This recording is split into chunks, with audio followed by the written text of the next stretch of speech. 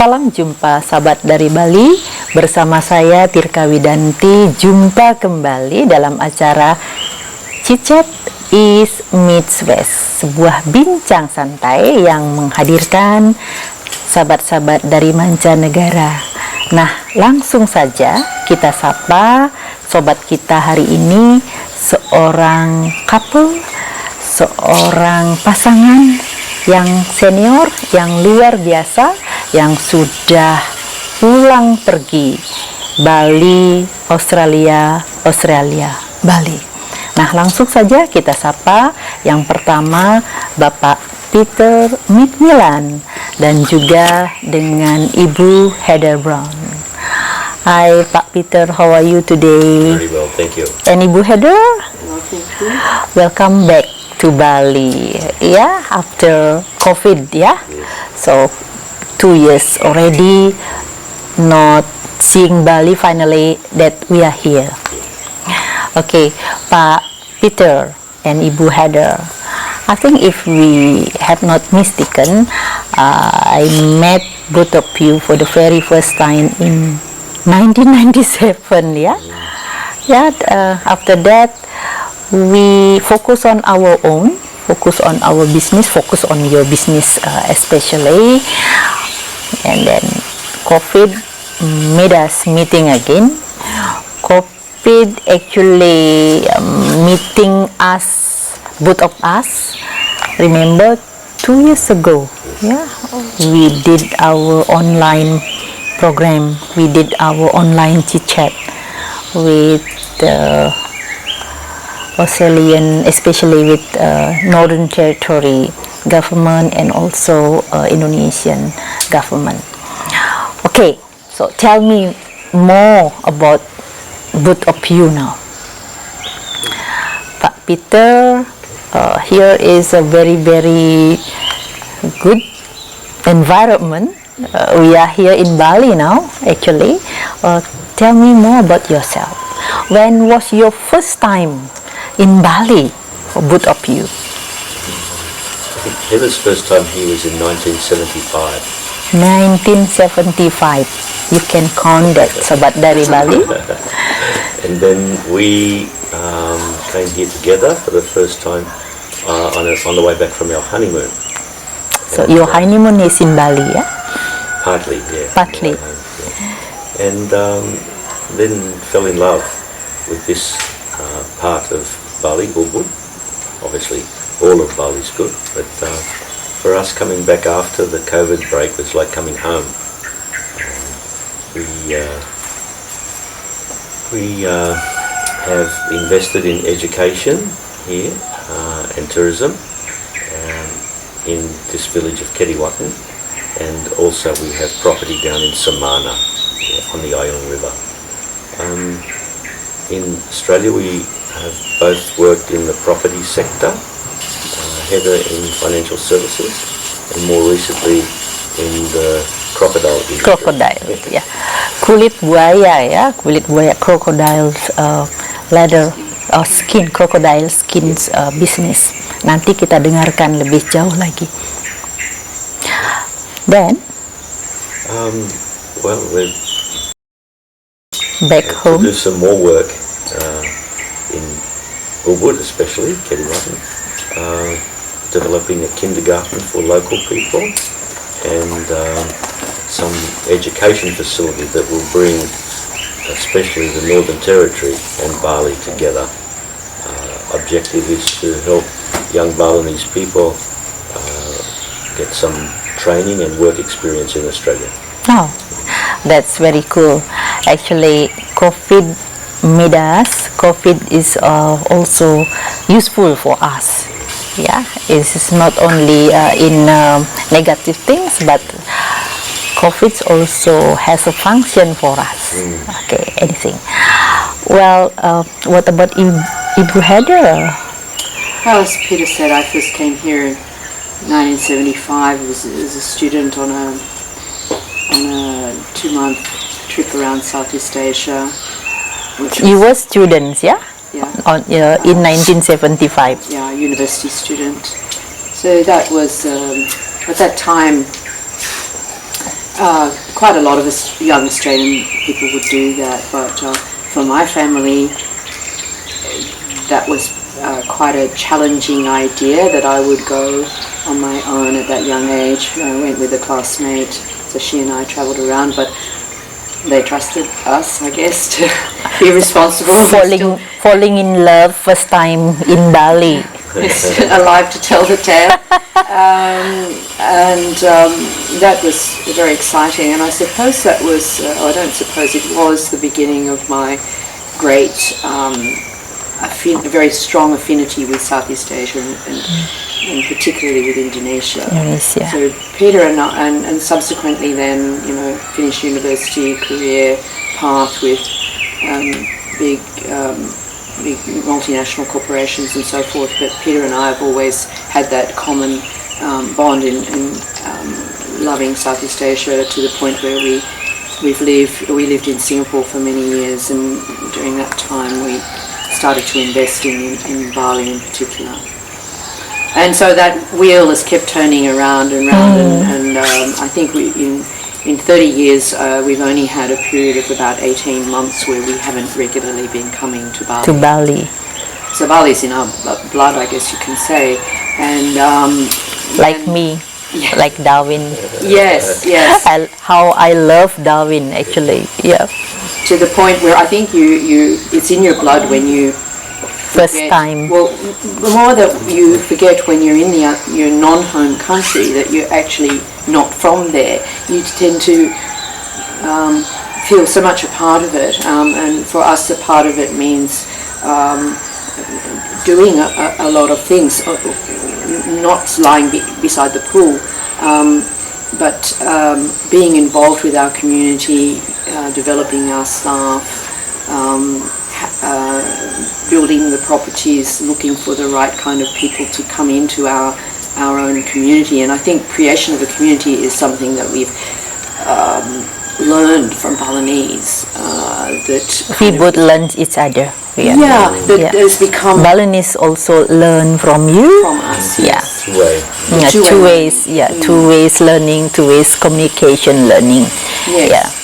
And so with the Crocodile Skin Accessories, which is a company that... So that's why we met with the crocodiles, skins, leather, That's it. actually the jewelry and project things. Yes. So Bali being such a creative place offers a lot of opportunities, but you have to be quick in your own mind to see how those skills can come together. Your idea being from away outside of here, but with the skills of the two Kangs here or the people here can help you achieve a goal that you didn't know you could achieve really. And so it's that meeting of the minds, and I think Bali is a place which historically has grown up with a meeting of minds, whether it's for Balinese together or Indonesians or outside of Indonesia people coming, and that's what is a very special part of here. So then, as Peter mentioned, now we're looking into... So you are part of leading minds, yeah? We feel privileged that we've had a chance in our own home country to take advantage of an education system, and our parents pushed us for that.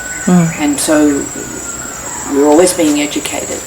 You are, yeah, and well, so how I want to follow you, so starting from 1997, and looks we are now. Yes. Oh, A very strong bond. very, very strong.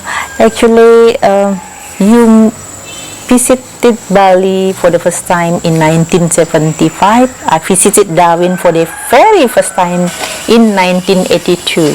So, what? Too far. Not too far. Anyway, I heard about education and tourism from Pak Peter. What does it mean? The connection between, I will answer that question, but it's good to have some context, why is Indonesia and Australia connected?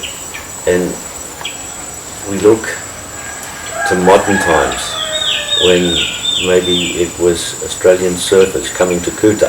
Kuta, like Kuta is Australian billet, like that. Yeah.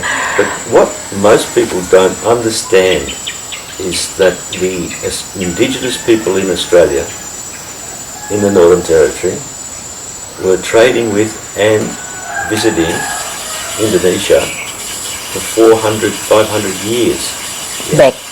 Yeah. So we only think about the modern history, but our countries are connected Already. Yeah. forever. Forever. Yeah. So it's really strengthening that connection, and we believe the best way to do that is through education Yes. with young people. Yes.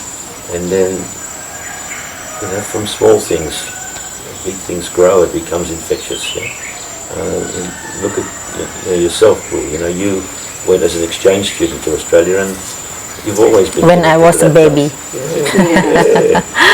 I always falling in love with the Northern Territory. So to say like that, as Northern Territory, especially Darwin, is close by. It's only 2.5 hours flying.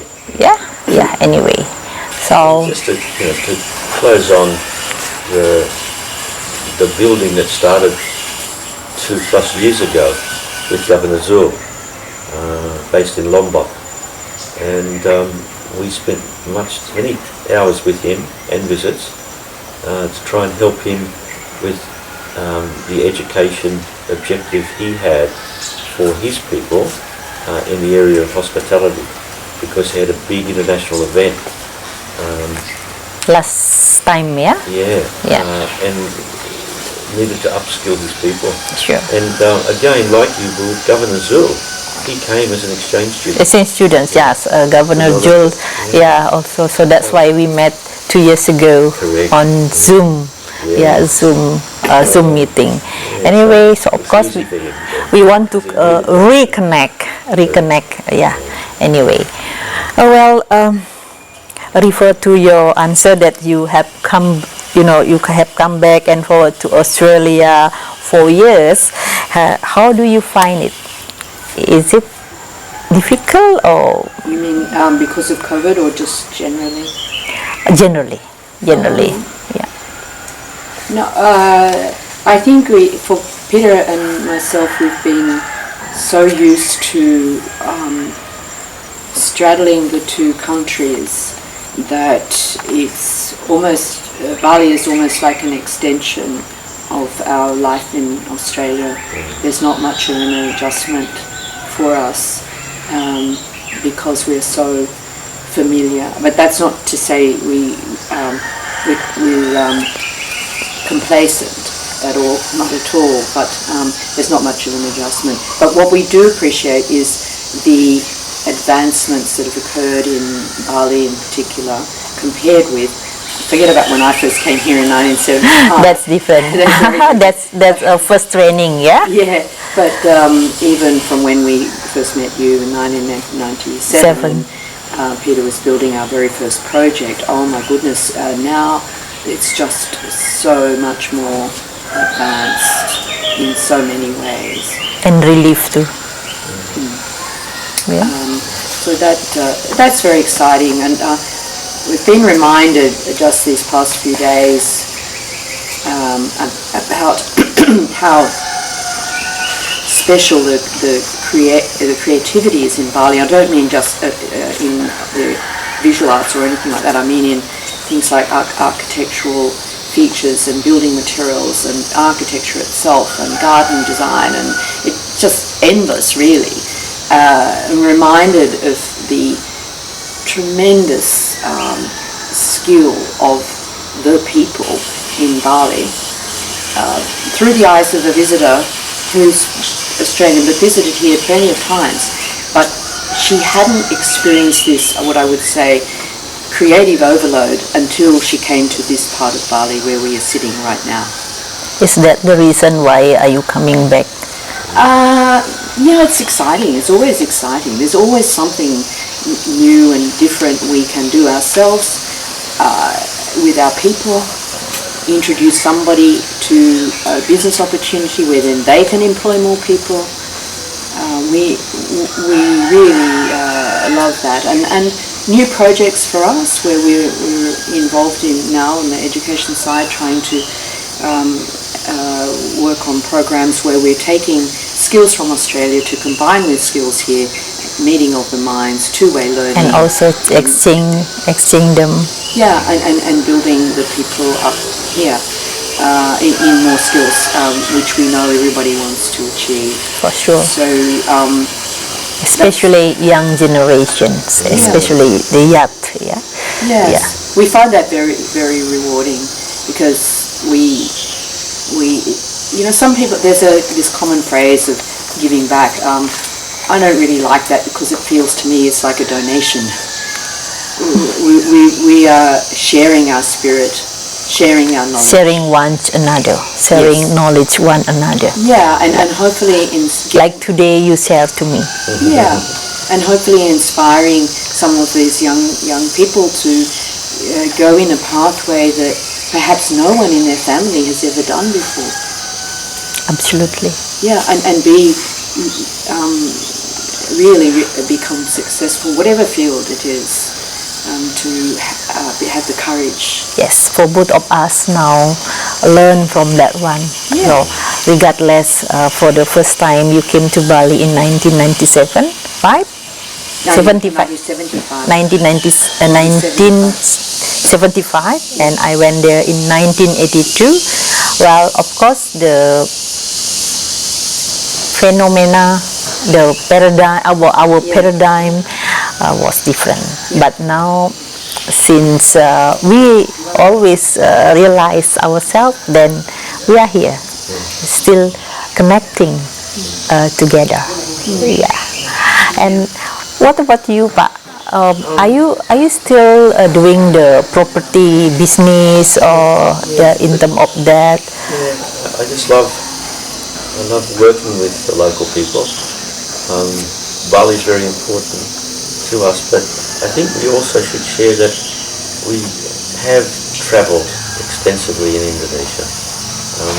We had one journey that started in Medan, and we spent 4 days rafting down the Alas River, and then we made our way to Ubud, all across. Yeah.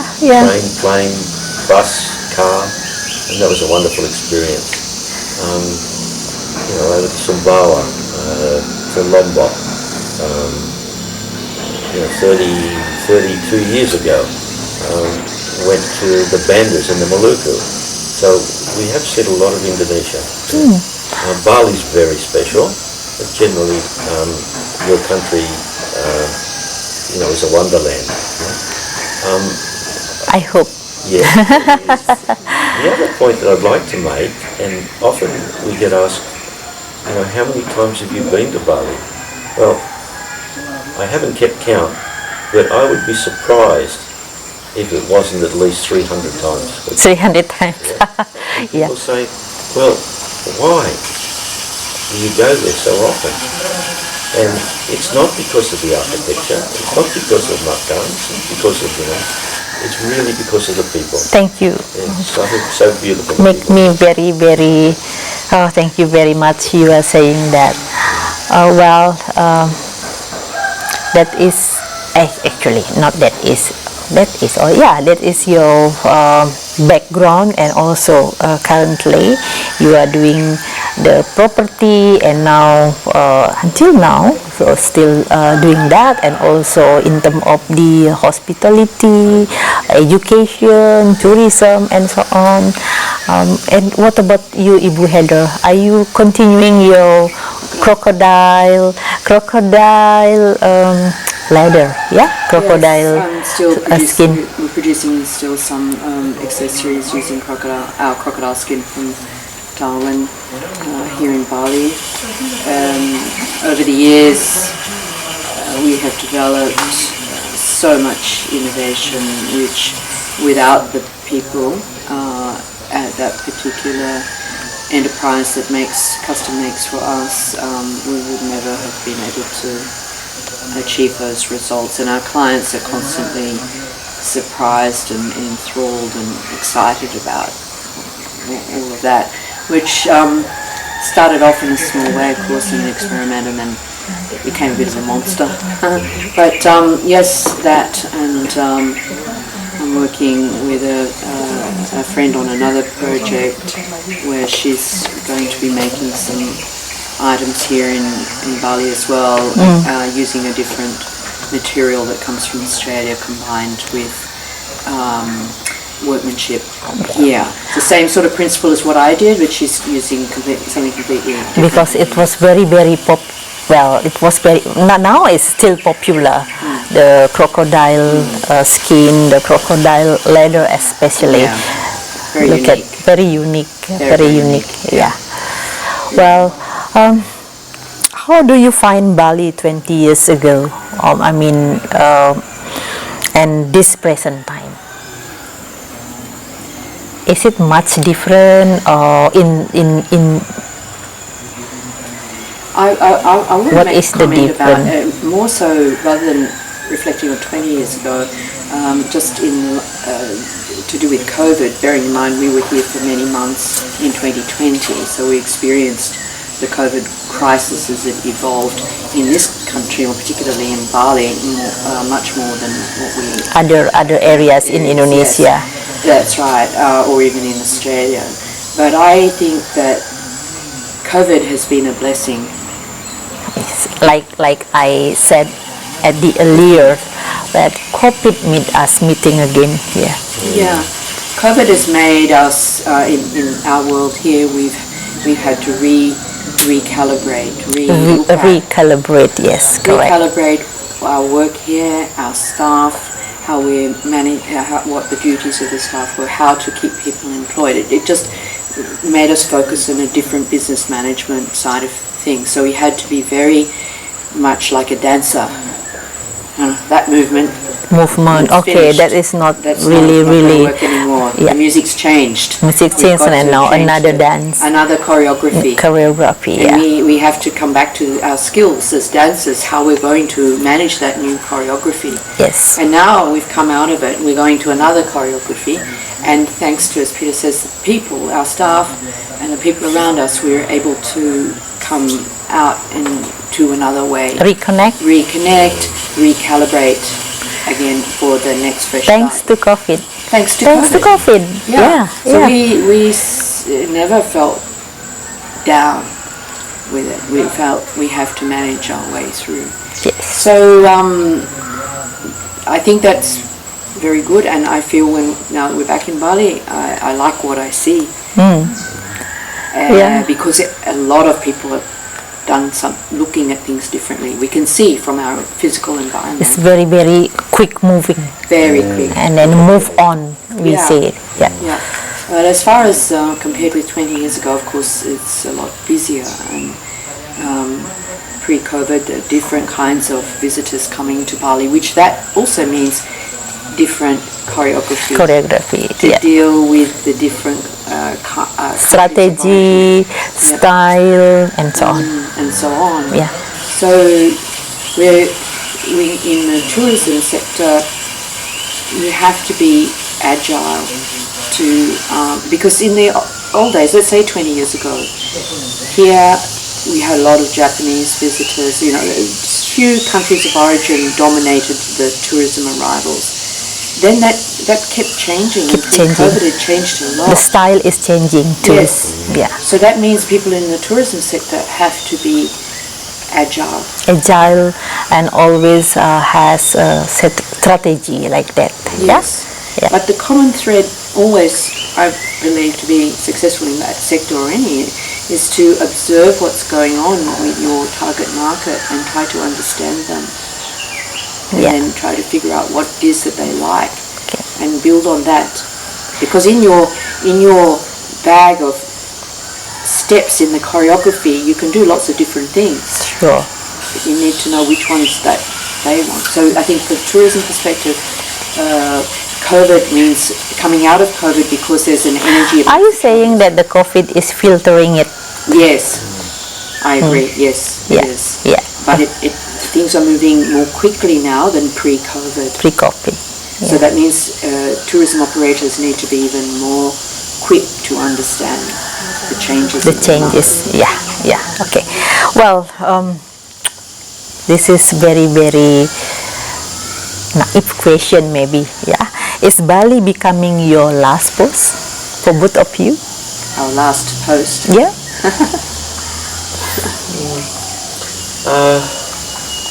It'll be always a base for us. Always a Question base, about that. yeah.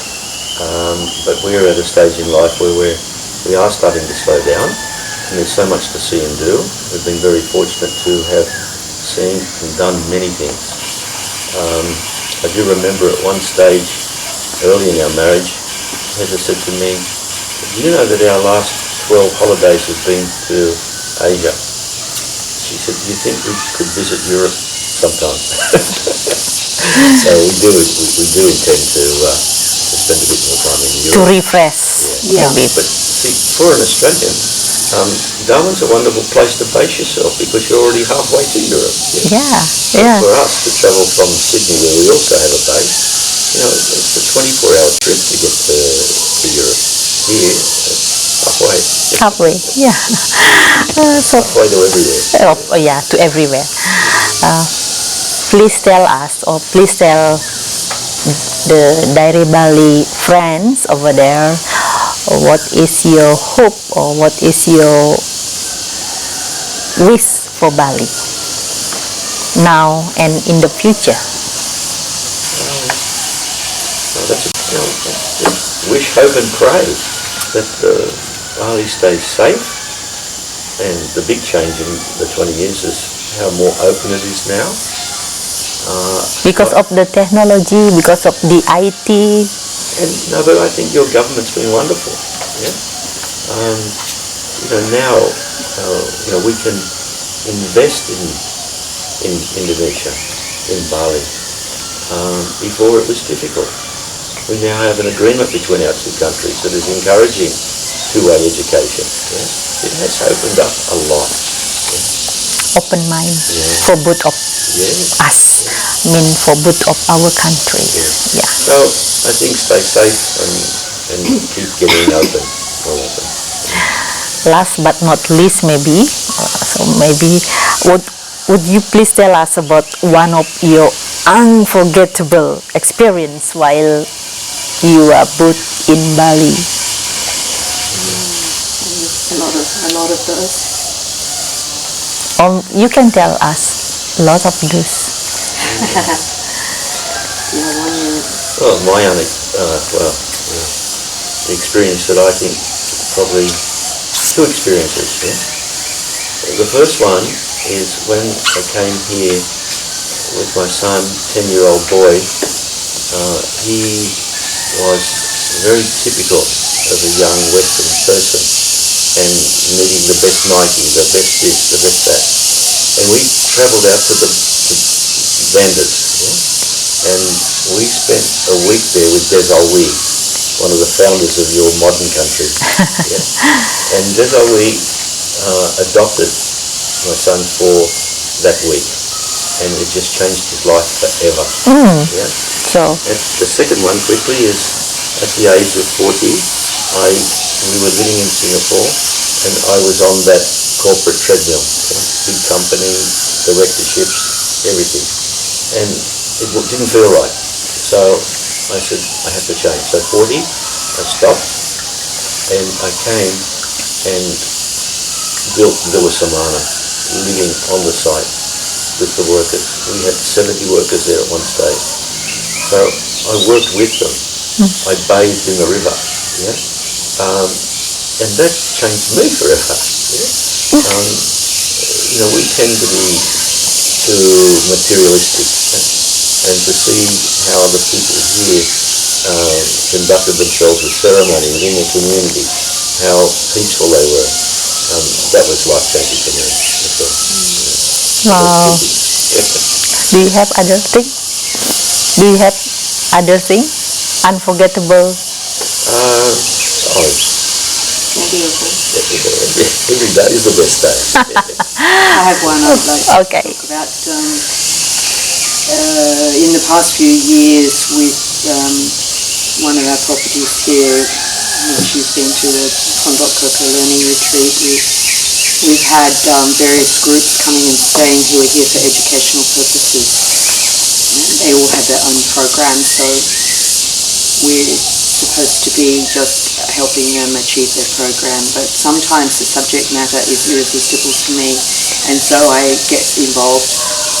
And one of the groups from one of the universities, art-related universities in Singapore, and they came here for indigo dyeing workshop. Indigo. I was studying fashion design and marketing, and Bali is, as opposed to the rest of Indonesia and Japan, are about the only two places in the world where indigo is the practice of indigo dyeing from the vegetable matter is done in a traditional way. So anyway, the students who are all university students came down to the workshop for about 5 days. And one of the side activities we organised was to go over to the village of Bona to Village of Bona, Bona, yeah? yes, to experience ikat weaving. So it was meant to be just a side activity, but end up being, as rated by the students, the most memorable experience that they had. And the idea came up with the lecturers plus our manager here who lives in that village and myself. Because the lecturer had a goal of wanting the students to understand what it is to start to make something in the textile industry from the raw material. Not go to the shop and buy the fabric. So we went there, and the gentleman is probably, we think, the best, he's an old man now, the best weaver of ikat in Bali. He went to the Technical University or College over in Bandung. He took himself there as a young man many years ago. That was part of the experience for the students. Understand how this man could have gone there, no telephone, etc. And anyway, they experienced from the fibre through to seeing a drawing, and then seeing the dyeing, the weaving, every step, and the magic of the loom and the ikat materializing. And to see that Unbelievable. And when they see it coming out on the wooden loom, and they couldn't speak. And so what was so exciting was it achieved the lecturer's objective, and the students were changed. Wow. It was a very, very good experience. Yeah. So from that, then we've taken more people there. So and Until now.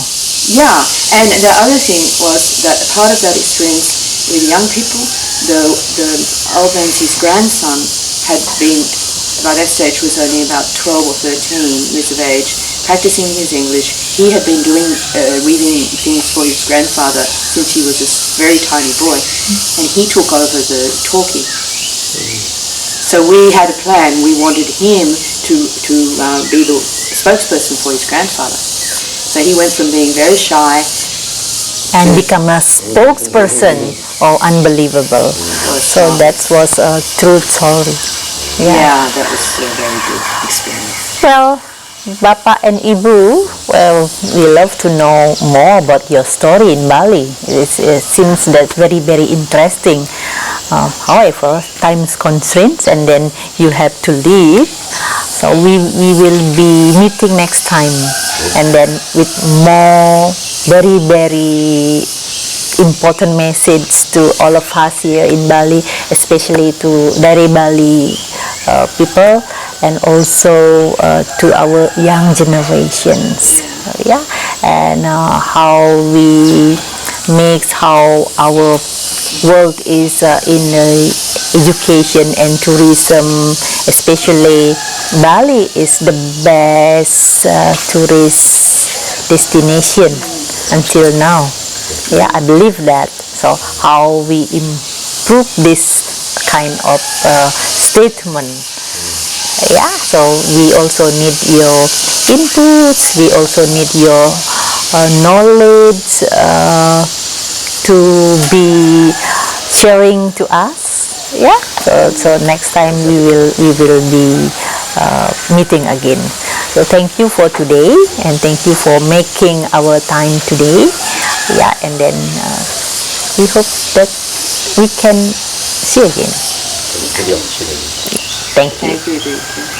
So baiklah sobat dari Bali, demikian tadi bincang-bincang saya dengan Bapak Peter McMillan dan Ibu Heather Brown yang punya segudang pengalaman di Bali. Beliau adalah juga seorang investor di Bali.